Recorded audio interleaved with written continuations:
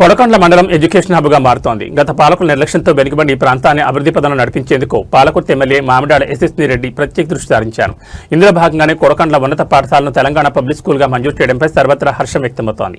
బుధవారం కొడకండ్ల మండల కేంద్రంలోని బస్టాండ్ సెంటర్లో కాంగ్రెస్ పార్టీ ఆధ్వర్యంలో సంబరాలు మిన్నట్టాయి. ఎమ్మెల్యే ఎస్ఎస్ని రెడ్డి టీపీసీసీ ఉపాధ్యక్షురాలు హనుమాన్ల ఝాన్సీరెడ్డి చిత్రపటానికి క్షీరాభిషేకం నిర్వహించి కృతజ్ఞతలు తెలిపారు. ఈ సందర్భంగా మండల కాంగ్రెస్ అధ్యక్షుడు ధరావత్ సురేష్ నాయక్ మాట్లాడుతూ నియోజకవర్గానికి మంజూరైన భారీ ప్రాజెక్ట్ ఇంటిగ్రేటెడ్ స్కూల్ను కొడకండ్లకు తీసుకురావడమే కాకుండా ఇప్పుడు తెలంగాణ పబ్లిక్ స్కూల్ కూడా మంజూరు చేయించడం ఎమ్మెల్యే పనితీరుకు నిదర్శనమన్నారు.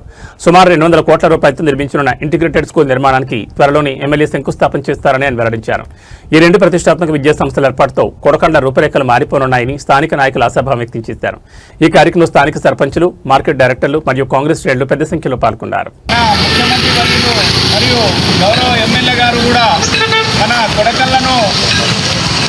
ఎడ్యుకేషన్ హబ్గా తీర్చిదిద్ది తెలంగాణ రాష్ట్రంలోనే కొడకండ్లను ఒక ఎడ్యుకేషన్ హబ్లో మొదటి స్థానంలో ఉంచేటట్టుగా కృషి చేయడం కోసం మన గత 3 నెలల క్రితమే గౌరవ ఎమ్మెల్యే